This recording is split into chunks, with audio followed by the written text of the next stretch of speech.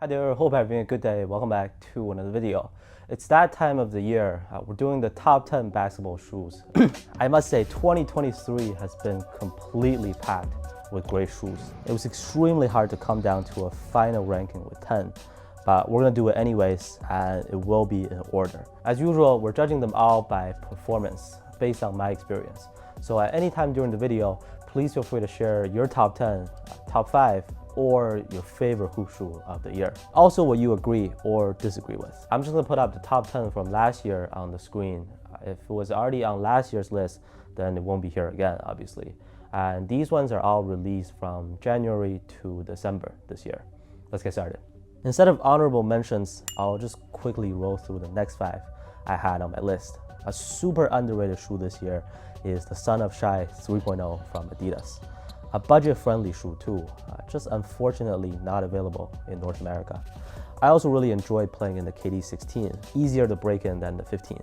The Currys are still top-notch, but I just felt like the amount of changes isn't enough to hog that top of the top status again and again. The AG4 was another genuine surprise.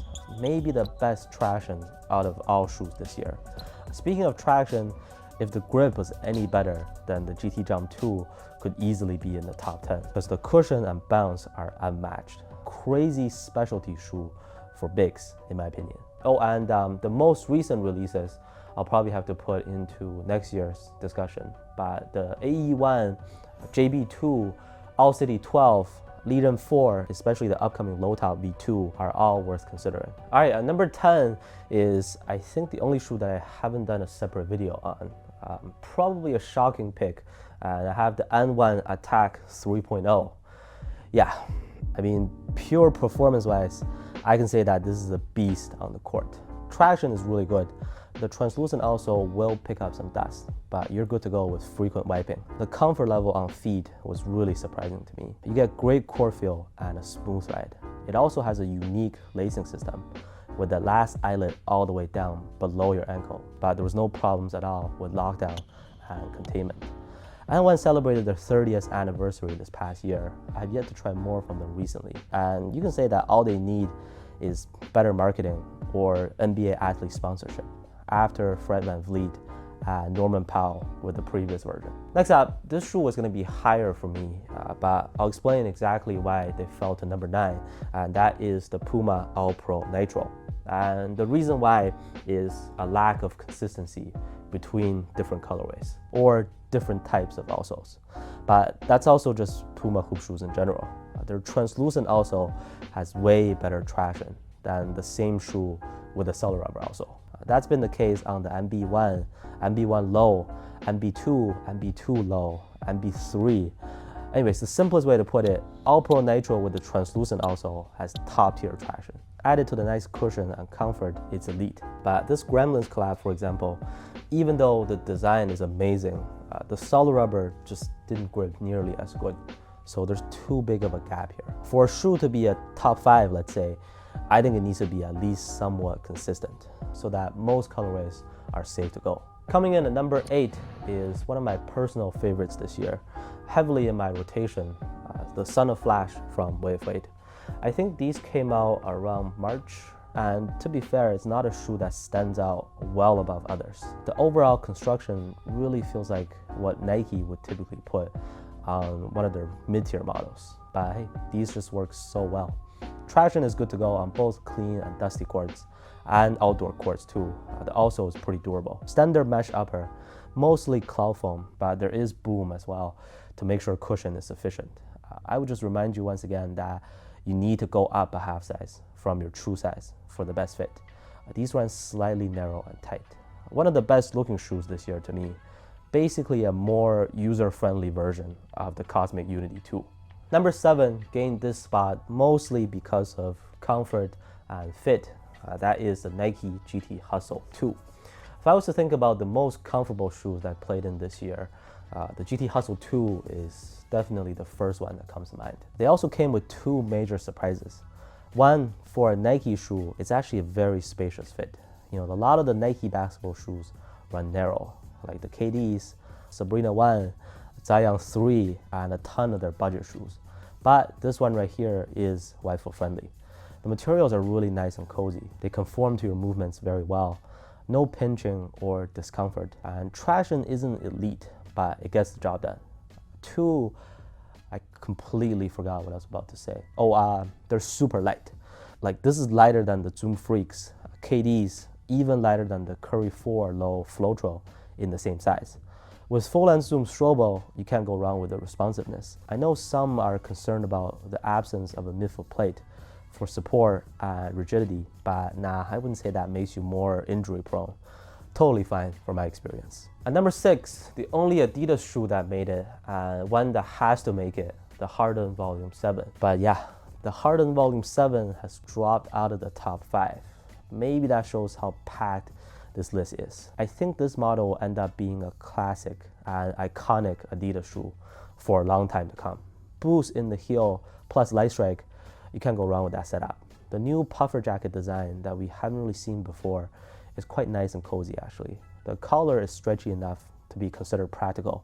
Herringbone traction pattern, also something that you just can't go wrong with on a hoop shoe. As we speak, if you can get one on sale, like I grabbed this pair for 50% off at the outlet, even better. The AE1 can be a big challenge to be the best Adidas hoop shoe, but the Hardens have been up there for me all the way since like a few months ago. Okay, moving into our top 5 now, I have one of the best performers from Chinese brands this year, the Anta Shockwave 5 Pro. Here I do mean the Pro version, not the regular version. The Pro version is much lighter, more flexible, and also gives you better step-in comfort with less squeezing or pinching from the materials. And the Shockwave 5 also is one that picked up the least amount of dust from my experience. Like, they just remained immaculate, even on a very dusty court. Anta is doing some crazy stuff. I always say they think they're selling iPhones out there. On this model, they have the Pro version, regular version, team version, and now V2. Pro is the best if you're okay with that nasty price tag, but because of some heel slippage issues, they capped off at number 5 for me. At number 4, this one shouldn't be a surprise. I have the 808 regular version. Regular version, not the Ultra. The reasons why: better comfort, easier fit, no plasticky feeling or pinching from the upper materials, and super consistent grip. If you want a shoe that is low to the ground, can get you to a hard stop every time down the floor, the 808 is one of the top choices this year. I also have it high on my list because the drop-in midsole setup is an improvement from last year's 808 regular version. Cloud foam itself became thicker, and they added a piece of boom in the forefoot to help with your takeoffs. If you like a drop-in midsole setup that is reminiscent of a Kobe, this is the answer, not the Zion 3. Top 3 now. I just want to clarify that these 3 are pretty much interchangeable because they're all such amazing performers. But at the end of the day, I do have an opinion on everything. So if I have to rank them in order, the LeBron 21 takes the 3rd spot. Yes, I do think it's better than the LeBron 20, which was already an amazing shoe. Heel lockdown was the biggest area of improvement for those who thought the heel of the LeBron 20s were too soft. Now, different colorways on the LeBron 21 do have notable differences, but unlike the All Pro Nitro, where one is good and the other is not so much, all these LeBron colorways are great in general. Traction should be top-notch, regardless of the outsole being translucent or solid rubber. Cushion was never disappointing on the LeBrons. These guys are pretty bouncy and also not heavy on feet. The shiny patent leather version is prone to creasing. The black Tahitian colorway can also start to wrinkle awkwardly over time, so it's not 100% perfect. But this small issue with the upper materials doesn't directly affect the performance.